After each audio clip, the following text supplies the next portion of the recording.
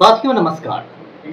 पटना बिहार से मैं Amitabh Kumar Das, IPS 94 batch, और आप देख रहे हैं मेरा अपना YouTube चैनल दास बोले बिंदास। क्योंकि जब बुज़दिलों ने मुंह में दही जमा लिया हो तो दास का बिंदास बोलना जरूरी हो जाता है। साथियों, खबर यह है कि बिहार की तेज तर्रार IPS अधिकारी श्रीमती काम्या मिश्रा ने IPS की नौकरी से इस्तीफा दे दिया है। और ये भी खबर आ रही है कि लगभग 1 दर्जन और IPS अधिकारी इस्तीफा देने की कतार में है। अब ये पूरा वीडियो आखिर तक दिल थाम कर देखिए। साथियों, पहले मैं आपको काम्या मिश्रा के बारे में बता दूं। ये IPS हैं 2019 बैच की, मतलब नौकरी का उनका ये 5वां साल है। मूलतः उड़ीसा की रहने वाली हैं। पटना में ये ASP सचिवालय के पद पर तैनात थी और SP के रूप में इनकी पहली तैनाती हुई है दरभंगा के ग्रामीण SP के रूप में। संयोगवश दरभंगा मेरा गृह जिला है। और काम्या मिश्रा की एक अच्छी छवि है, साफ सुथरी छवि है, अच्छे पदाधिकारियों में गिनती होती है। कल शाम से ये बात जंगल की आग की तरफ फैल रही है कि काम्या मिश्रा ने अपना इस्तीफा पुलिस मुख्यालय को सौंप दिया है और उन्होंने IPS की नौकरी छोड़ दी है। अब साथियों, मैं आपको कानूनी पहलू बता दूं। IPS जो होता है अखिल भारतीय सेवा है, ऑल इंडिया सर्विस है। तो काम्या मिश्रा के इस्तीफे को मंजूर करना बिहार सरकार के बस की बात नहीं है। बिहार सरकार यही कर सकती है कि उनके इस्तीफा को वो भारत सरकार के पास भेज दे, केंद्रीय गृह मंत्रालय के बाद भेज दे, और गृह मंत्रालय की मंजूरी के बाद वो राष्ट्रपति के पास जाएगा और तब वहाँ से अधिसूचना जारी होगी राष्ट्रपति के अनुमोदन के बाद कि उनका इस्तीफा मंजूर कर लिया गया है। तो इस प्रक्रिया में कुछ समय लगता है। लेकिन सवाल ये है कि काम्या मिश्रा ने इस्तीफा क्यों दिया, आप भी जानने को उत्सुक होंगे। अब इस्तीफा उन्होंने इसलिए दिया है, ऐसे तो उन्होंने कारण बताया है कि निजी कारणों से, व्यक्तिगत कारणों से, लेकिन जो मेरे सूत्र बता रहे हैं, कुछ सूत्र मेरे भी पास हैं, वो बता रहे हैं कि जिस तरह से बिहार के जो मुख्यमंत्री हैं पलटू राम, वो माफिया के गिरोहों में शामिल हो गए हैं, उसके बाद बिहार के बहुत सारे जो IPS अधिकारी हैं वो बिल्कुल फ्रस्ट्रेशन में चले गए हैं। ये तस्वीर मैं आपको दिखाता रहा हूँ बीच बीच में। इस तस्वीर को देखिए। इसमें हमारे मुख्यमंत्री हैं सुशासन बाबू, जो कहते हैं कि हम ना किसी को फंसाते हैं, हम ना किसी को बचाते हैं, कानून अपना काम करेगा, हमारा तो अपराध पर 0 टॉलरेंस है। लेकिन इस तस्वीर में आप देख रहे हैं कि सुशासन बाबू उर्फ पलटू राम किसी आज्ञाकारी चपरासी की तरह हाथ जोड़कर खूंखार माफिया डॉन अनंत सिंह उर्फ छोटे सरकार के सामने खड़े हैं। ये सुशासन की हकीकत है। ये बात आपको कोई बताएगा नहीं। ये तस्वीर पटना का कोई अखबार छापेगा नहीं, क्योंकि जो अखबार ये तस्वीर छाप देगा उसके सरकारी विज्ञापन बंद कर दिए जाएंगे। तो आज की हालत में ये अनंत सिंह बेऊर जेल में बंद है और जेल में पलटू राम के आदेश पर उसको सभी सुविधाएं प्राप्त है। उसको मोबाइल की सुविधा है और वो मोबाइल पर अपनी विधायक पत्नी से बातचीत करता है और अपने गिरोह का संचालन करता है। और आप जानते हैं कि बिहार के IAS IPS अधिकारी जो हैं उसमें से ज़्यादातर लोग मर्दाना कमजोरी के शिकार हो गए हैं, इसलिए किसी की औकात नहीं है अनंत सिंह का मोबाइल जब्त करवा देने की। ये औकात ना तो मुख्य सचिव में है, ना तो गृह सचिव में है, ना IG जेल में है। और मैं कई बार से कहता आया हूँ कि अनंत सिंह को दिल्ली के तिहाड़ जेल भेज देना चाहिए, जैसे शहाबुद्दीन को भेजा गया था। लेकिन ये भी नहीं हो सकता है, क्योंकि पलटू राम अनंत सिंह के गिरोह में शामिल हो चुके हैं।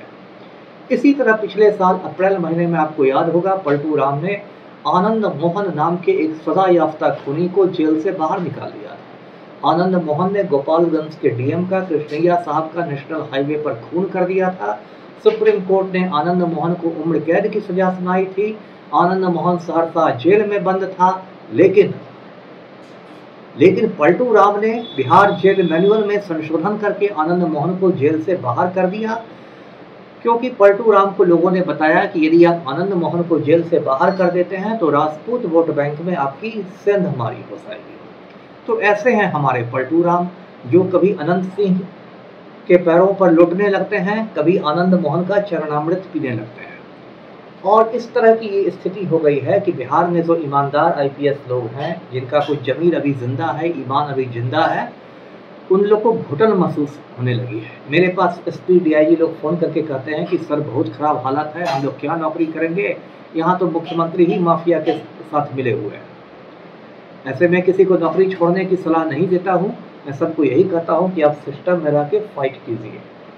काम्या मिश्रा से भी मैं यही कहूँगा, यदि वो मेरा ये इंटरव्यू देख रही है, कि उसे भी नौकरी नहीं छोड़नी चाहिए, पलायन नहीं करना चाहिए, सिस्टम में रह के पलटू राम को ललकारना चाहिए। साथियों, अब काम्या मिश्रा ने जो इस्तीफा दिया है उसके तात्कालिक कारण क्या हो सकते हैं? तो आपको याद होगा कि 20-25 दिन पहले दरभंगा में एक बहुत सनसनीखेज हत्या हुई थी। हत्या किसकी हुई थी? तो मुकेश सहनी जो वीआईपी के नेता हैं, पूर्व मंत्री हैं बिहार सरकार के, उनके पिता जीतन सहनी की। दरभंगा जिला में एक बिरौल थाना क्षेत्र है, वहीं एक सुपौल गांव है, वहीं जीतन सहनी की हत्या धारदार हथियार से कर दी गई थी, उनके शरीर के टुकड़े टुकड़े कर दिए गए थे। इस पर बहुत हंगामा मचा था और राष्ट्रीय स्तर पर सुर्खियां बनी थी। उसके बाद बिहार पुलिस मुख्यालय ने एक एसआईटी का गठन किया। एसआईटी का मतलब होता है स्पेशल इन्वेस्टिगेशन टीम, हिंदी में उसको कहेंगे विशेष जांच दल, और वो काम्या मिश्रा के नेतृत्व में बनाया गया था। उसके बाद एक अंसारी नाम के व्यक्ति को पुलिस ने जेल भेजा कि इसका पैसे की लेन देन को लेकर झगड़ा था और सूदखोरी पर जीतन सहनी पैसा लगाते थे, इस वजह से ये घटना हुई।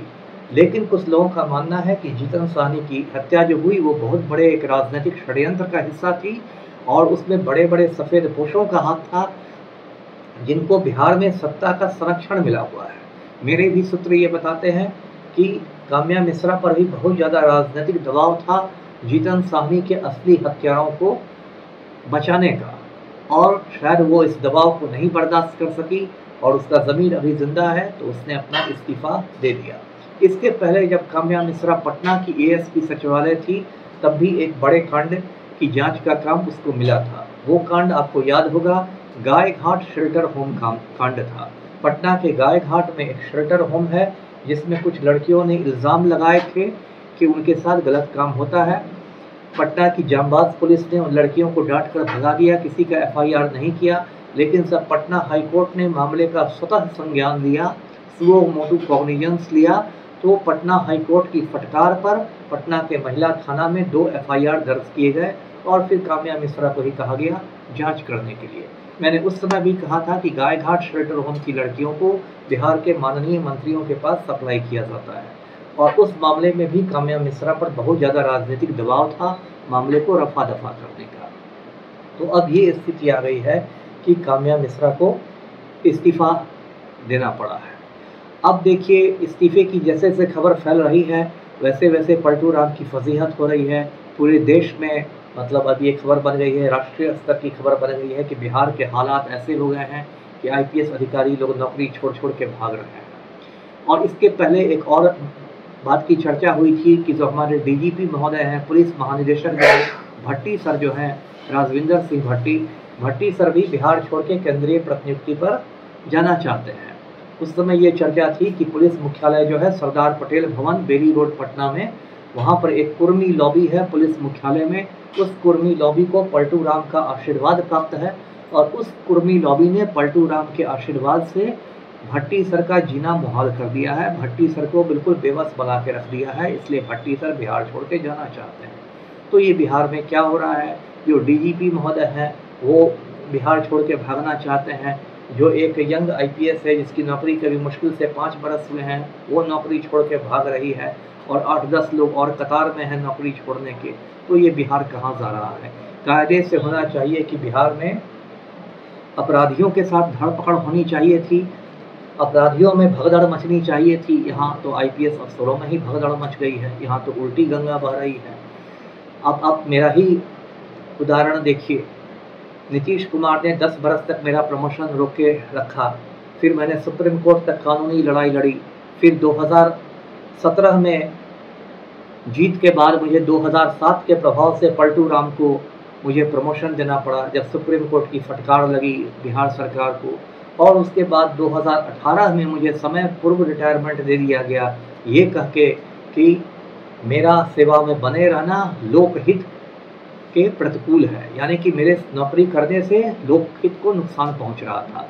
मैंने भी केस किया हुआ है कोर्ट में, और आपकी शुभकामनाएं रहेंगी तो फिर मैं नौकरी में वापस आ जाऊंगा। लेकिन ये मैं बता रहा हूँ कि किस तरह के हालात बन गए हैं बिहार में, कि जो मुख्यमंत्री हैं बिल्कुल निर्लज्जता के साथ, धर्मनिरपेक्षता के साथ माफिया गिरोहों के साथ हैं, और आईपीएस अधिकारी जो हैं वो इस्तीफा दे देकर नौकरी छोड़ने पर मजबूर हैं। तो आज का ये मेरा वीडियो यहीं तक था। वीडियो को लाइक कीजिए, शेयर कीजिए, चैनल को सब्सक्राइब कीजिए। धन्यवाद। जय हिंद।